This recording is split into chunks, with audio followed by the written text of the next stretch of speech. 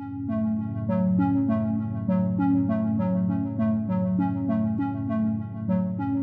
saludo a todas las personas que se conectan con nosotros a través de este foro de todos los viernes desde la redacción del diario La Prensa de Lara.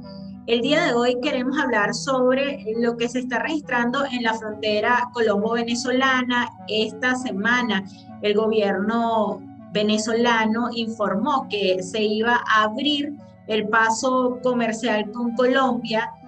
Dio unas indicaciones. Este paso fronterizo desde mediados de años ya estaba abierto por el lado colombiano. Sin embargo, debido a las relaciones, la falta de relaciones bilaterales o las malas relaciones bilaterales que hay entre ambos gobiernos, pues la decisión del lado venezolano llegó un poco tardía de cara a una cercanía de unas elecciones regionales y municipales en este país. Y bueno, vamos a analizar las implicaciones que eso tiene. Una zona fronteriza que se ha caracterizado por la violencia y la presencia constante de grupos armados irregulares, y para ello vamos a conversar con el doctor Jorge Mantilla, quien es politólogo, investigador de la Universidad de Illinois en Chicago. Él tiene un doctorado de criminología, derecho y justicia, y también es investigador en temas de seguridad, conflicto en Colombia y frontera. Gracias por atendernos en este foro. Gracias, Ana, muy amable por la invitación. Doctor, mire, ¿qué expectativas hay con la apertura de la frontera colombo-venezolana desde el punto de vista comercial? Para el momento en que estamos grabando este foro es el día número 1 que informó el gobierno venezolano de que sigan a abrir, digamos, el paso comercial de la frontera. ¿Qué expectativas hay? ¿Usted cree que esto es más con fines electorales debido a que en noviembre acá hay unas elecciones?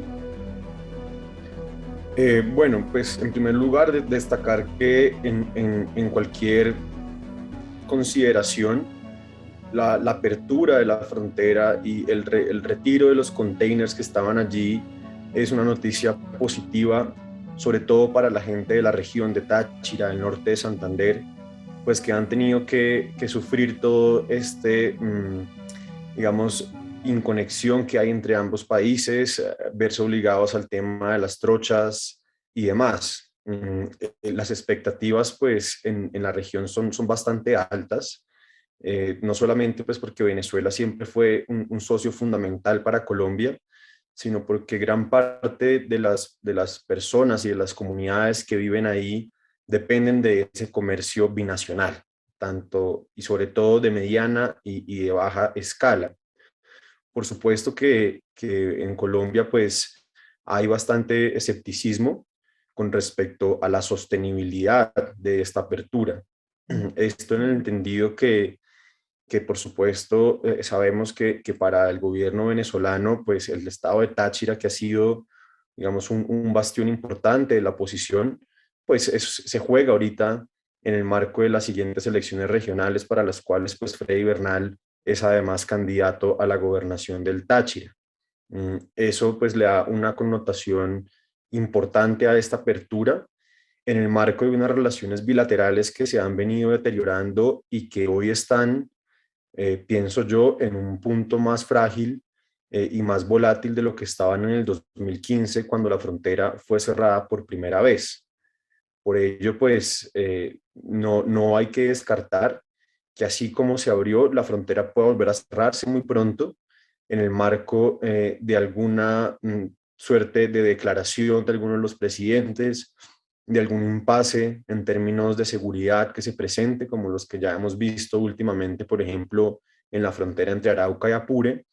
Entonces, no hay que perder de vista eso, además en el marco pues, de unas negociaciones que se están llevando a cabo en México,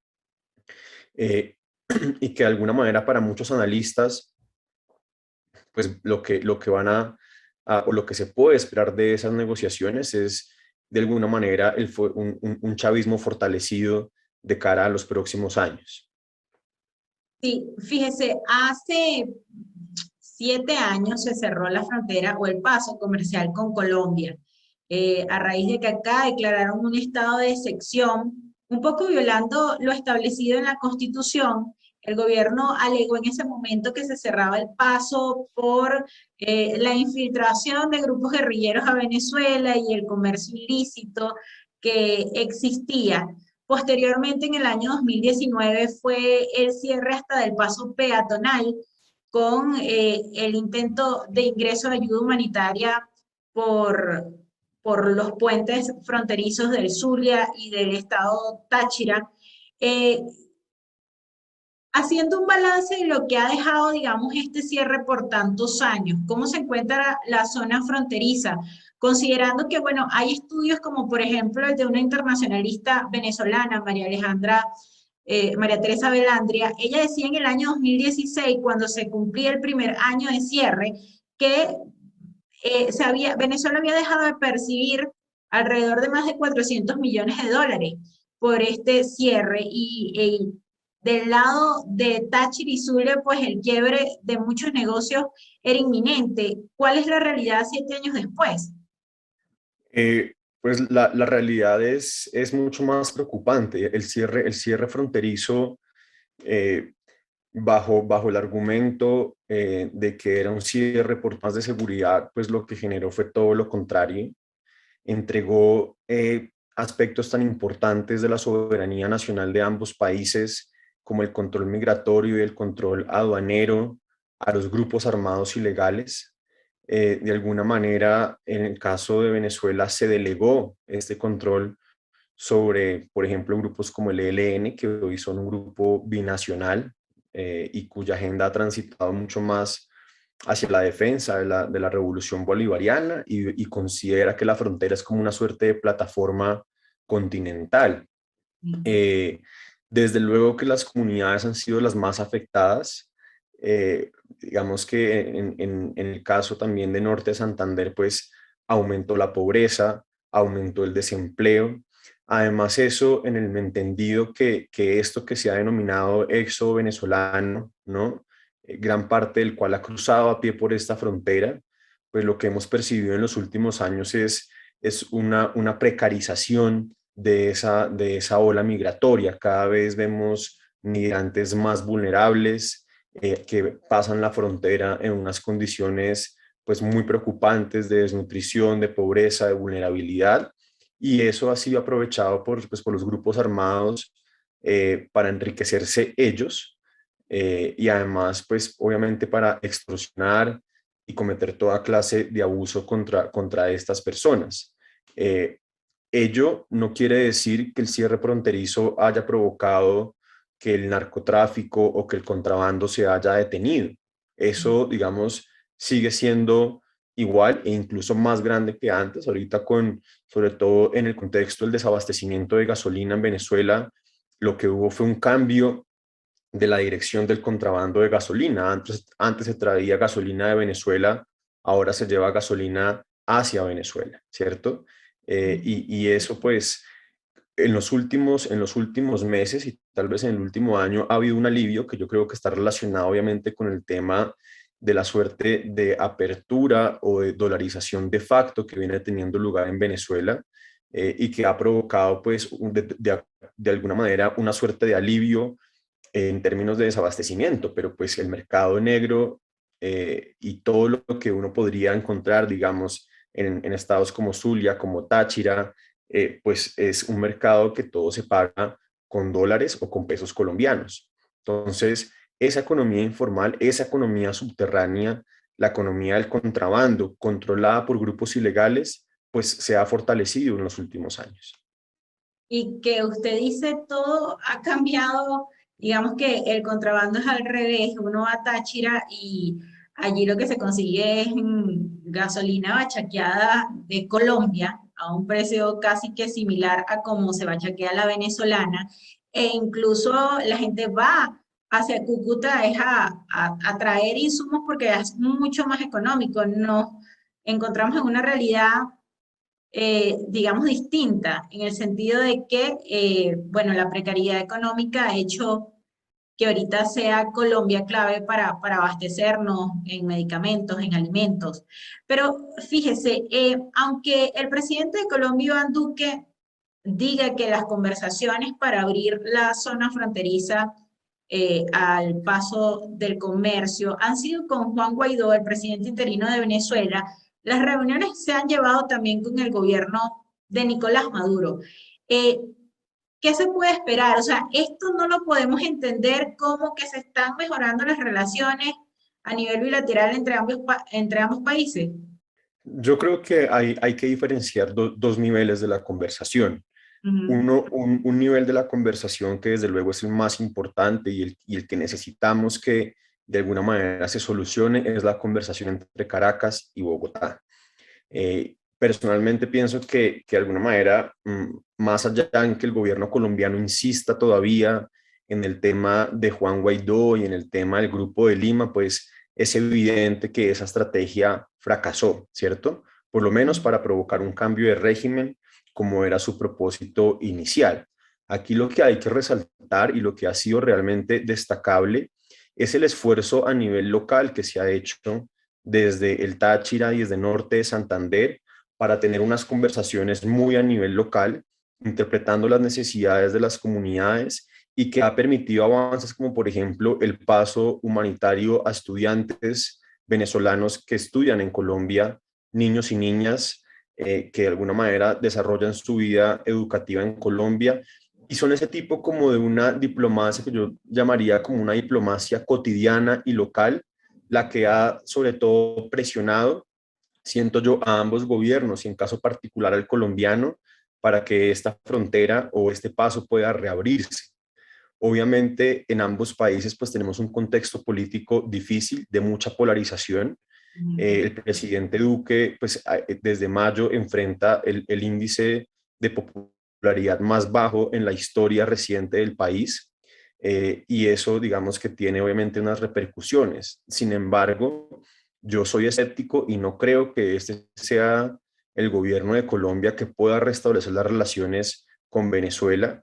En primer lugar, porque no le interesa, porque su estrategia siempre fue la contraria e incluso recientemente intentó que Venezuela entrara dentro de la lista de países que apoyan el terrorismo. Entonces, hay dos contextos electorales, por supuesto. Uno es el contexto de las elecciones locales en Venezuela, que creo que es el que es más determinante para ver lo que estamos viendo, pero también en Colombia hay elecciones en mayo, elecciones presidenciales y hay elecciones también en marzo, y eso también es determinante dentro de la estrategia que tiene el partido de gobierno para de alguna manera recuperarse de lo que ha sido pues una gestión bastante deficiente del gobierno del presidente Duque. Entonces, creo que es un anuncio importante, creo que hay que mantener, digamos, la iniciativa a nivel local, a nivel regional, porque pues efectivamente somos pueblos pues hermanos y lo que nos separa es un puente, pero las costumbres, los contextos son muy similares eso hay que mantenerlo, pero creo que sí se requiere pues que pasen diferentes cosas a nivel de Caracas y de Bogotá para poder avanzar de manera decidida hacia un restablecimiento de las relaciones, que debería empezar, por ejemplo, por reabrir el puente de Tienditas, que nunca se construyó y realmente nunca se utilizó, por restablecer las relaciones consulares y por una serie también de pasos y de una agenda muy detallada que pueda conducir hacia el restablecimiento efectivo de unas relaciones bilaterales. ujú. Sí, Iván Duque ha sido claro y ha dicho que la única manera ha dado a entender que la única manera de restablecer las relaciones con Venezuela es que el chavismo no esté en el poder. Y de hecho ha advertido, de acuerdo a la comunidad internacional, las conversaciones que se están llevando en México entre gobierno y oposición venezolano, que hay que tener muy claro que solo saliendo de Nicolás Maduro es que se logra, digamos, el cambio en Venezuela y el restablecimiento de la democracia. Con un discurso como ese, eh, digamos que es poco, como usted decía, es poco probable que se restablezcan unas relaciones y mucho menos que haya una lucha contra el conflicto armado que hoy está del lado venezolano. Por supuesto, por supuesto. Yo creo que lo que hace el presidente Duque es totalmente equivocado. No solamente la estrategia que eligió frente al gobierno de Venezuela impidió que Colombia estuviera sentado en México, era evidente que Colombia debió haber tenido alguna suerte de rol en esas conversaciones como observador, como garante, ¿cierto? Pues porque lo que sea que pase en Venezuela, pues afecta directamente a Colombia y lo afecta directamente no solo por la crisis migratoria y por la cantidad, el casi 1.500.000 personas de Venezuela, hermanos venezolanos que viven en Colombia, sino también por el contexto de seguridad. Entonces, Colombia debe haber sido mucho más respetuoso de una conversación que considero yo es un problema que se debe resolver entre venezolanos, ¿cierto? Entre los diferentes sectores de la oposición y el régimen, y lo que debería hacer Colombia sería ayudar a que esa conversación llegara a un feliz término, cualquiera que sean, digamos, lo que se defina en la agenda. Aquí la paradoja es que realmente quien va a salir primero del poder es Iván Duque y no Nicolás Maduro, ¿cierto? Pero de todas maneras también es importante que en Colombia los diferentes candidatos presidenciales que hay hoy de los diferentes partidos, izquierdas y derechas, pues todos reconocen la necesidad de superar este tema pues tan obtuso de mantener una frontera cerrada por más de 6 años, que además es pues la frontera más cruzada y más dinámica de Sudamérica en este momento. Entonces, yo sí creo que hay unas buenas condiciones para que independientemente de lo que pase en Venezuela y el destino que tengan las conversaciones en México, pues el próximo gobierno de Colombia pueda avanzar o diseñar en una estrategia de acercamiento de intereses comunes, que seguramente va a ser lenta, pero que pueda llevarnos al restablecimiento de las relaciones. Doctor, el peligro latente del COVID con esta apertura de los pasos fronterizos, ¿cómo controlar o evitar los contagios cuando en Venezuela se está viviendo una tercera ola del coronavirus, según el mismo gobierno, y es muy cuestionable la cifra de personas vacunadas de este lado del país? Claro, eso es un desafío que hoy en día pues tienen todos los países del mundo. Yo creo que el argumento de, por lo menos del lado colombiano, el argumento de mantener la frontera cerrada por temas de COVID, no tiene sentido porque Colombia básicamente ya volvió a la normalidad, ¿cierto?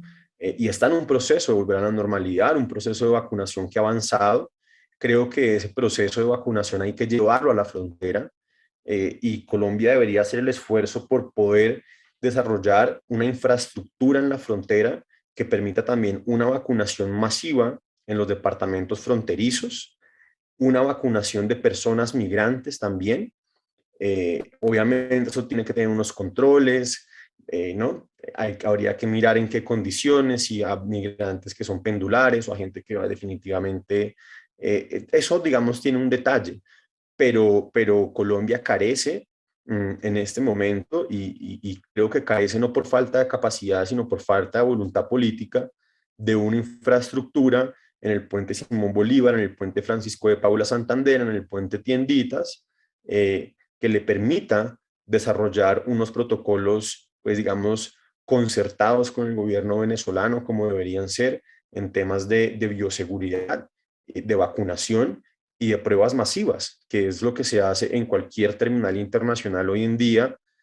O bien usted presenta su prueba negativa, o bien se hace la prueba ahí mismo y se le permite el ingreso. Entonces creo que este argumento del COVID lo que hace es sumar razones a una cosa más de fondo que hay y es la falta, digamos, de voluntad seguramente de ambos países para restablecer las relaciones. Yo creo que cuando ambos presidentes hacen declaraciones o a la vicepresidenta ayer Delcy Rodríguez, pues le hace declaraciones a sus bases sociales, ¿no? Y es un mensaje que va muy encaminado a nosotros hacemos lo que estamos, lo que nos corresponde, si algo sale mal, es del gobierno, del otro gobierno, ¿no?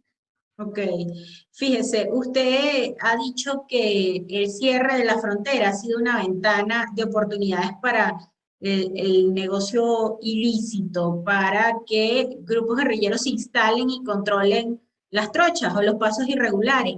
Eh, ¿Qué negocios ilícitos fundamentalmente se registran en esos pasos irregulares?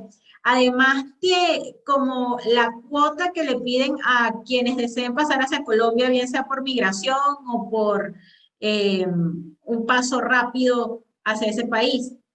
Bueno, ahí lo que tú mencionas es la respuesta, tú misma la das. El primer negocio ilícito es el paso, ¿no? Que por eso generó tanta riqueza y fortaleció tanto a los grupos ilegales. El mismo paso fronterizo, la trocha, lo que nosotros llamamos en Colombia la economía de la trocha. Pero ahora bien, en el marco del deterioro de la seguridad en ambos países en los últimos años, eh, hay una serie, por ejemplo, de renglones que ya se están viendo con mucha preocupación, como es el tráfico de migrantes, la trata de personas, se ha convertido en un problema muy importante y sobre el cual realmente no tenemos suficiente información. Por supuesto, más allá del narcotráfico, que siempre pues, ha sido un problema, pues en el caso colombiano y que ahora con estas rutas tan establecidas, tan consolidadas, con sectores de la Fuerza Armada Nacional Bolivariana, haciendo parte también de este negocio con estados, con los grupos colombianos, sigue siendo un renglón muy importante. El contrabando, dentro del contrabando se encuentra el contrabando de carne, por ejemplo, el contrabando de gasolina y otros contrabandos más pequeños como el de medicinas. Pues tenemos toda esta serie y además también, por supuesto, el tráfico de armas, ¿no? En un contexto en el que Colombia se está dando un fortalecimiento de grupos muy asociados a la frontera, como las disidencias de las FARC, por ejemplo, o la Segunda Marquetalia y el ELN. Sí, hay, bueno, hay denuncias constantes, usted lo ha dicho también en sus análisis, cómo el gobierno venezolano ha permitido que o ha cedido espacios de territorio porque no ha combatido a la guerrilla. Eh, pero con esta apertura del paso fronterizo, digamos, puede reducir las ganancias obtenidas la guerrilla o las megabandas criminales que también están en las trochas con digamos, normalización otra vez, si se quiere, del paso hacia Colombia.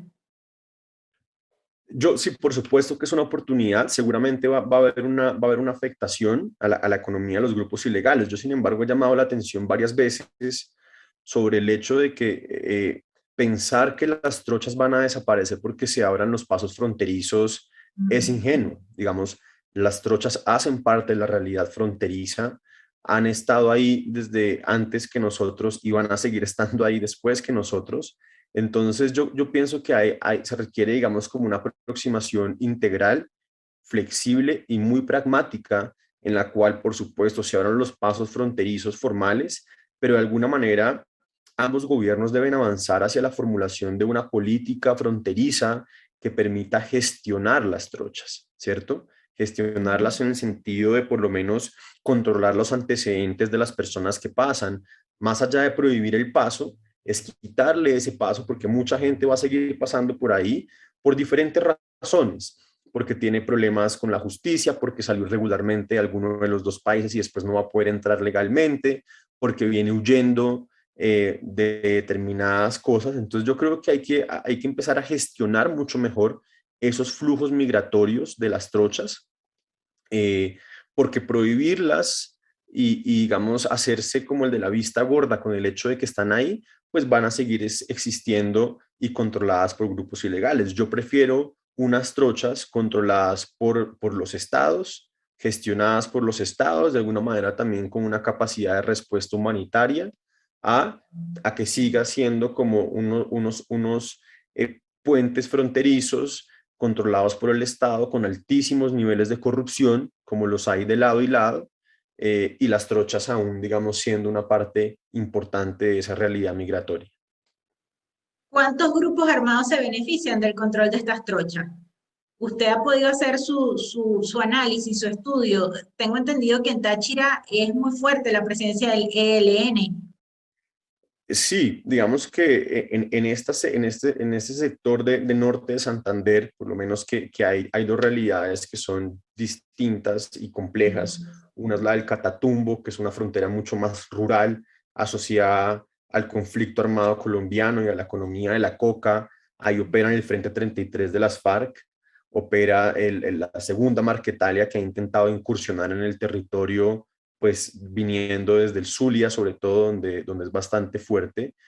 Por supuesto, las estructuras del ELN. Además de eso, hay grupos herederos del paramilitarismo colombiano, como es el Clan del Golfo o lo que anteriormente se conocía como los Rastrojos. Ahí hay unos reductos también de lo que fue el EPL, otra guerrilla colombiana, más hacia el sector rural y hacia el sector urbano, en la frontera, pues sigue siendo importante el Tren de Aragua, algunos reductos pues de la línea o de bandas delincuenciales mucho más locales, como la línea y la frontera, y por supuesto, de todas maneras, también creo que la participación, digamos, de determinados sectores de la fuerza pública colombiana y venezolana en este tipo de negocios, pues es evidente. El comandante de las Fuerzas Armadas de Colombia ha dicho hace unos días que al menos 1.900 guerrilleros colombianos operan entre Zulia, Táchira, Apure y Amazonas. ¿Esta cifra se queda corta? ¿Cómo ha avanzado la guerrilla en Venezuela?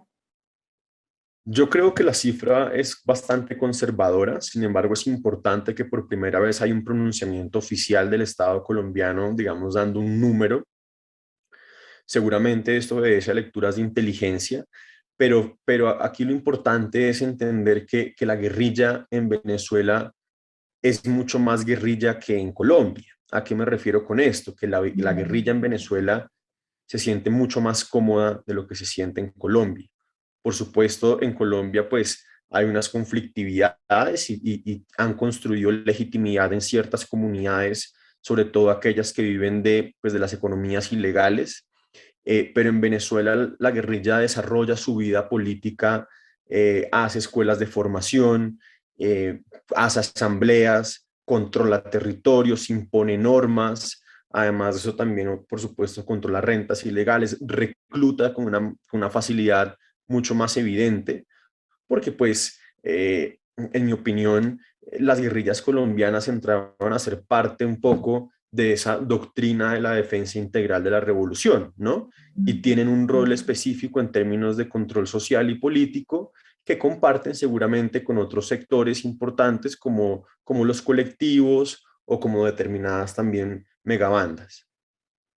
Sí, fíjese, incluso yo leí que durante el gobierno de Álvaro Uribe se combatía a la guerrilla y ellos sí tenían cierto dominio en algunos poblados de la zona fronteriza de Venezuela. Sin embargo, la realidad de Venezuela es que, por ejemplo, según la Organización de Derechos Humanos Fundarredes, hay más de 19 estados de 23 que tienen presencia de grupos guerrilleros.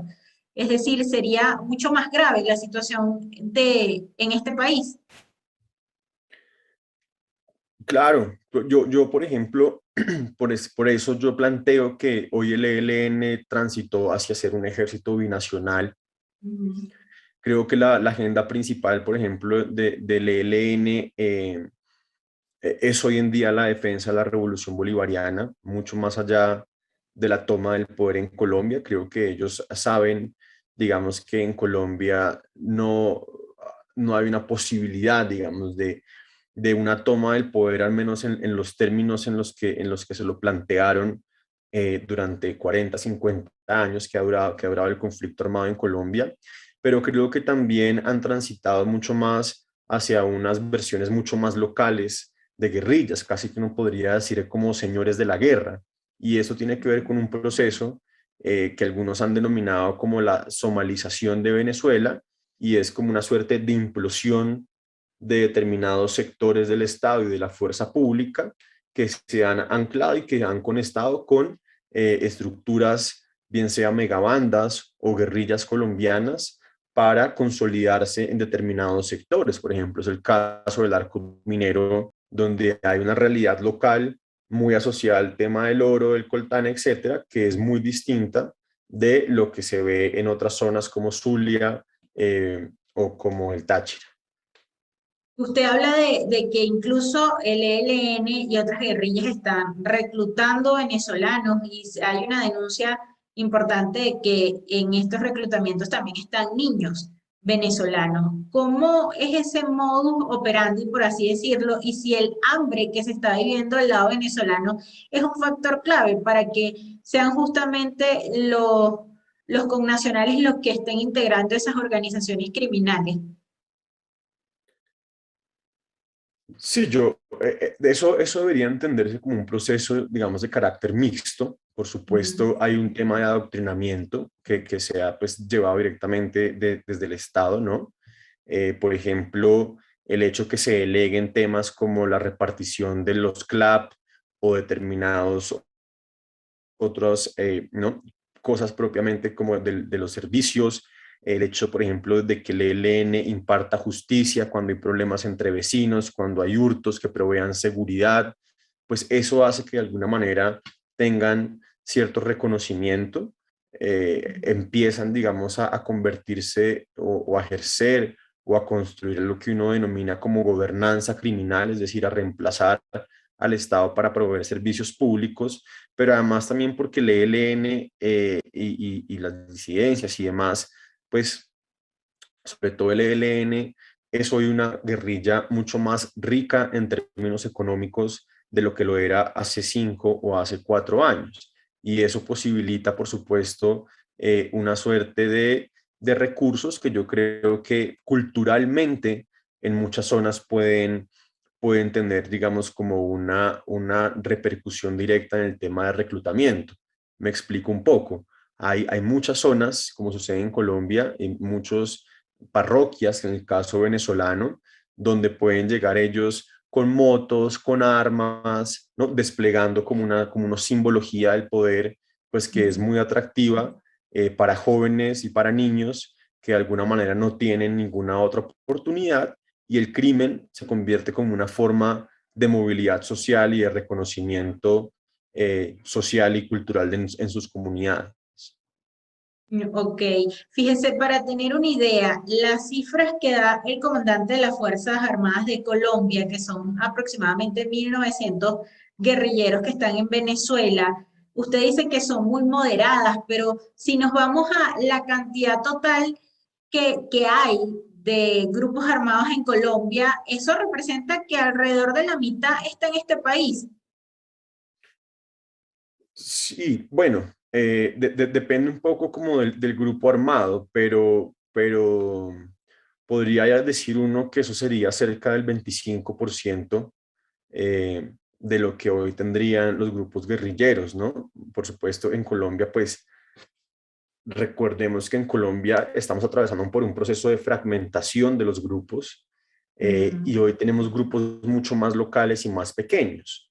Eh, Obviamente no es esto lo mismo en el caso del ELN que ha venido creciendo, pero el hecho, por ejemplo, las disidencias han venido creciendo, pero hay otros grupos, sobre todo en la zona, por ejemplo, del Pacífico colombiano, del nordeste antioqueño, donde sí hay un proceso de fragmentación. También está el caso del Clan del Golfo, que pues es el cartel más importante y más grande y robusto que tiene Colombia, y que en unas zonas combate con el ELN y con las FARC y en otras zonas coopera. Entonces, esto, insisto en esto, digamos, hacer una lectura del conflicto colombiano hoy pasa necesariamente por hacer una lectura de la guerra en cada una de las regiones. Pero Mm. 1.900 hombres en armas, pues yo pienso que habría que contar ahí también, ¿no? Las redes de apoyo que tienen estas personas, qué relación tienen, por ejemplo, con lo que es la milicia bolivariana, qué relación tienen, por ejemplo, con los colectivos en determinadas zonas de Venezuela. Entonces, lo que hay es una constelación muy importante de actores no estatales, muchos de ellos criminales, otros abiertamente paramilitares, otros propiamente como guerrillas colombianas, que están desarrollando un proceso de control territorial y de extracción de rentas criminales en determinadas zonas del país. Señor Jorge, el presidente Duque ha dicho y ha denunciado que Iván Márquez se encuentra en Venezuela, que Antonio García o Pablito, que son cabecillas del ELN, también están refugiados en Venezuela y el gobierno venezolano lo permite. Em, ¿Qué busca la guerrilla además de mantener en el poder a Nicolás Maduro? ¿Cuál es su objetivo y por qué Aló. no hay, ¿me escucha?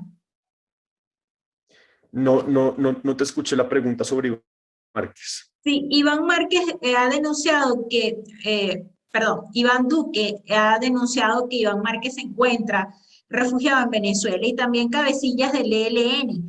Pero además del objetivo que usted dice de que la guerrilla está en Venezuela para sostener a la revolución, eh, ¿qué otro objetivo puede tener? Eh, Ha denunciado el presidente de Colombia dos ataques, uno a su avión presidencial, Eh, otro a un hecho que se registró en Cúcuta. Eh, Está en peligro constante Colombia al no poder combatir a estos guerrilleros del lado venezolano y por qué ante la gravedad del asunto la comunidad internacional no se pronuncia. bueno, mira, estos son grupos que de alguna manera han desarrollado una vía transfronteriza, ¿cierto? Yo creo que ellos han logrado consolidar, digamos, consolidarse como poder de alguna manera político y económico en estas zonas, y creo que lo que les interesa es esencialmente eso, ¿no? Que avanzar hacia un modelo, digamos que uno llamaría como de capitalismo criminal, enriquecerse, poder crecer y seguir extrayendo pues temas de dineros ilícitos. Obviamente para eso pues ellos necesitan digamos cooperar con cierto estado, con ciertos sectores del estado y por qué no de alguna manera construir poder político en esas regiones. ¿Por qué? Porque el poder político les va a permitir también entrar en lo que uno denominaría como una captura del Estado, es decir, ganar elecciones a nivel local, ejecutar obras públicas, tener acceso a cuotas burocráticas, ejecutar presupuestos, ¿no? Extraer esos dineros también en un proceso que ya más sería de captura del Estado. Aquí hay que entender un poco la relación que se viene dando ya hace muchos años entre las economías abiertamente y criminales con las economías informales y muy seguramente con negocios propiamente legales, como por ejemplo es el gran negocio de la ganadería en toda esta zona. Es por eso que, por ejemplo, una periodista venezolana, Sebastiana Barraez, dice que es la guerrilla la que impone candidatos en los estados fronterizos de Venezuela. Sí, no dudaría que eso fuera así. Ya pasa en regiones de Colombia, digamos, por ejemplo, en el Catatumbo, que es una región fronteriza, también de norte de Santander. Sencillamente no hay manera de hacer política si no es o con el apoyo, o con el aval, o con la autorización, o con la connivencia de estos grupos, porque no hay manera en que un candidato pueda hacer campaña política, hacer asambleas, hacer mítines, hacer sus discursos, ir de casa a casa, si no es con autorización, porque las condiciones de seguridad pues no estarían dadas, digamos, son territorios en donde no hay presencia de la fuerza pública, en donde no hay presencia de las fuerzas del orden del Estado, entonces por lo menos tendrían que pedir autorización para poder ser candidatos. Sí, mire, ¿qué ha pasado con la comunidad internacional? ¿Le ha restado importancia al conflicto armado en Venezuela? Que no ha habido como una declaración más contundente contra lo que acá pasa. Pues un poco hay el reflejo de dos cosas. En primer lugar, el desgaste de la estrategia del Grupo de Lima. Eso pues llevó obviamente a que toda la aproximación en términos de las sanciones que se lograron pues quedara ahí como estancada. Segundo lugar, el cambio de gobierno en Estados Unidos creo que le bajó mucho como el tono de la conversación al rol que podía jugar Estados Unidos en una eventual transición en Venezuela. Y Estados Unidos de alguna manera creo que ha avanzado en dos cosas. Uno, en entender las limitaciones de lo que es y lo que representa Juan Guaidó. Creo que el apoyo a Guaidó pues cada vez es más escaso porque los países europeos y Estados Unidos entendieron que si bien era un símbolo muy importante, su estrategia carecía de tracción y no cogió tracción en Venezuela. y eso pues aunado también a un proceso, ¿no?, de fraccionamiento o de fragmentación de la posición venezolana. Creo que el aspecto más importante y más desconcertante para la comunidad internacional es ver la fragmentación de la posición venezolana. Entonces decía que yo creía que en determinado momento países como Estados Unidos podían preferir la estabilidad que les da el régimen de Maduro, ¿no? Entender con quién conversar, con quién de alguna manera negociar y sentarse en México a negociar, por ejemplo, a, digamos, tumbar a Maduro y tener, no sé, 15 candidatos presidenciales, hay 27 partidos de oposición, hasta donde yo tengo entendido, en Venezuela, está todo el proceso de la 4D. Entonces creo que se requiere que la posición en Venezuela pueda avanzar hacia realmente construir un bloque de unidad con liderazgos claros y legítimos, para que la comunidad internacional pueda volver a avanzar. En este momento me parece que las energías de la comunidad internacional están absolutamente concentradas en México. Y ya que nombra México, y esta sería una de las últimas preguntas, ¿cómo ve esa negociación que hay en México?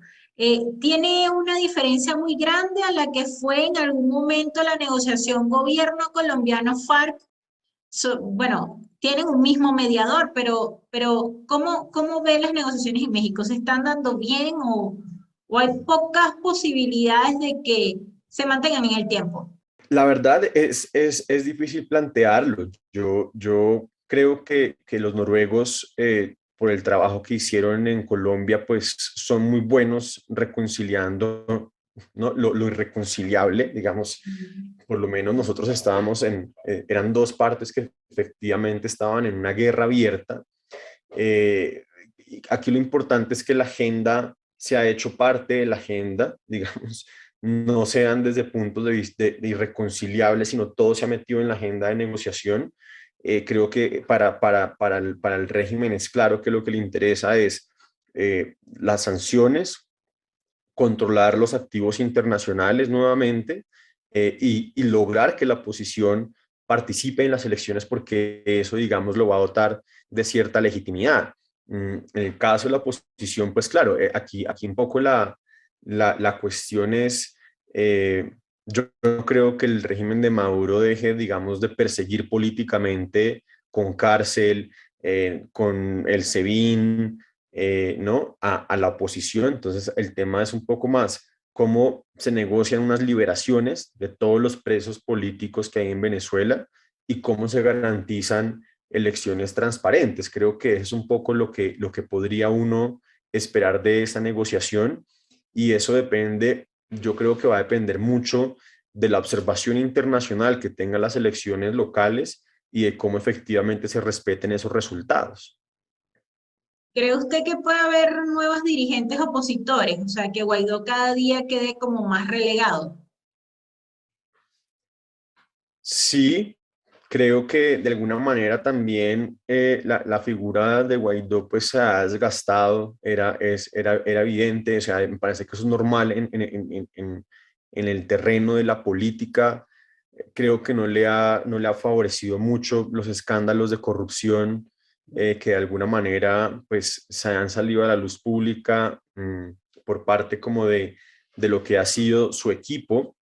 Y uno esperaría claro, que emerjan nuevos liderazgos, pero que de alguna manera pueda haber, digamos, un proceso de unidad en los diferentes sectores de oposición. Creo que eso es lo que más le conviene a Venezuela, y creo que eso es lo que permitiría de alguna manera poder tener un proceso de conversación serio. Uno escucha a Maduro y él ya también habla de las diferentes oposiciones. Entonces, fíjese usted que todo ese proceso de desunión o disputas internas entre la oposición, pues lo va a capitalizar el chavismo, que ha demostrado una enorme capacidad para recomponerse.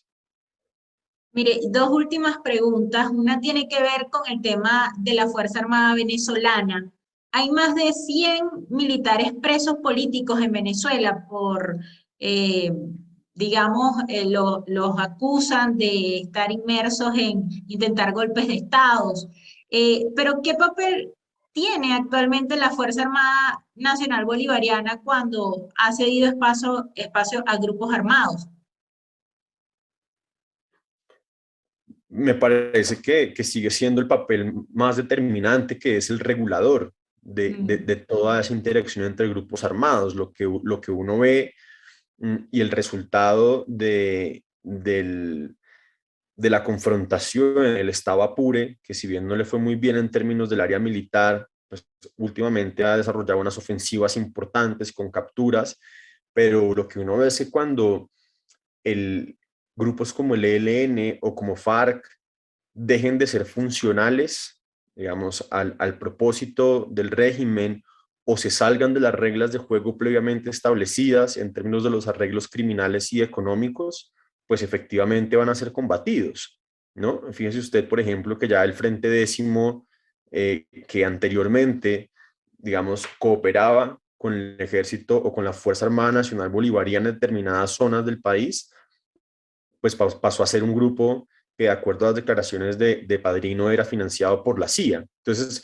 eso es bastante inestable, puede cambiar rápidamente, como en su momento también cambió rápidamente la relación del régimen con las megabandas, por ejemplo, en Caracas.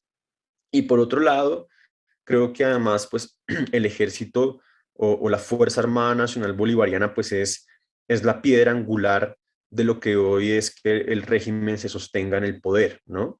Y Mm. allí, pues, todo ese proceso de depuración permanente, creo que también eso se refleja en el hecho de que los altos, digamos, cargos del chavismo, como por ejemplo Maduro y Padrino, pues se hayan también apoyado tanto en la inteligencia cubana, ¿no? Y eso tiene que ver, que, claro, con una desconfianza interna, con unos procesos de enrarecimiento, pero sigue siendo, digamos, yo pienso que la piedra angular que sostiene al régimen.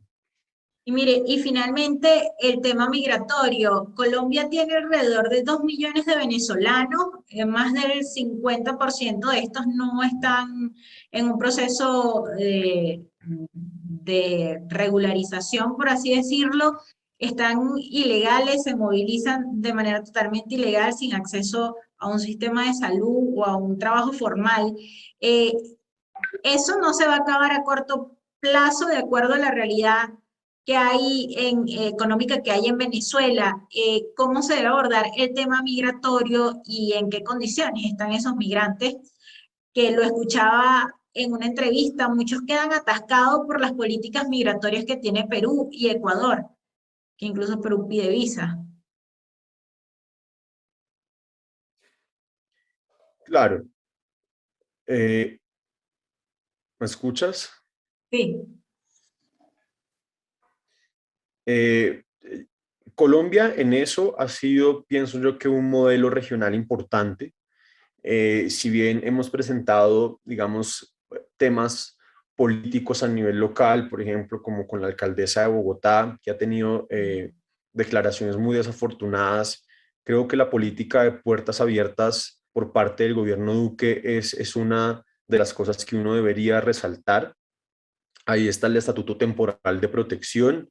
Ese estatuto temporal tiene muchos desafíos en términos de su implementación, sobre todo el costo, pero ya cerca casi que del 13% de personas que estaban en un estado, digamos, en un estatus irregular, se han acogido al estatuto en esta primera fase. Eso seguramente seguirá siendo así, porque Colombia ha entendido que no tiene posibilidad, digamos, de detener esta ola migratoria, ni de mantenerla en la informalidad, ni mucho menos de llevar a cabo una política de deportación. Otros es evidente que la migración venezolana es un desafío, pero que también es una oportunidad en el largo plazo. Y así lo ha entendido el gobierno nacional y la clase política colombiana. Entonces, muy seguramente seguiremos adelante con los procesos de formalización migrante y con el apoyo de la comunidad internacional y por supuesto tratando de gestionar esto de la mejor manera a nivel local para que no se presenten, digamos, o no emerjan problemas de conflictividad, de xenofobia y obviamente también pues allí donde hayan desafíos de seguridad poder abordarlos. Muchas gracias al doctor Jorge Mantilla por acompañarnos en este foro de todos los viernes. Él es doctor en criminología y también es investigador del conflicto armado en Colombia e investigador de la frontera colombo-venezolana. Muchas gracias por acompañarnos. Gracias, Ana. Que estés muy bien. Hasta luego. Será Chao. hasta una próxima entrega a las personas que se conectaron con nosotros. Muchas gracias.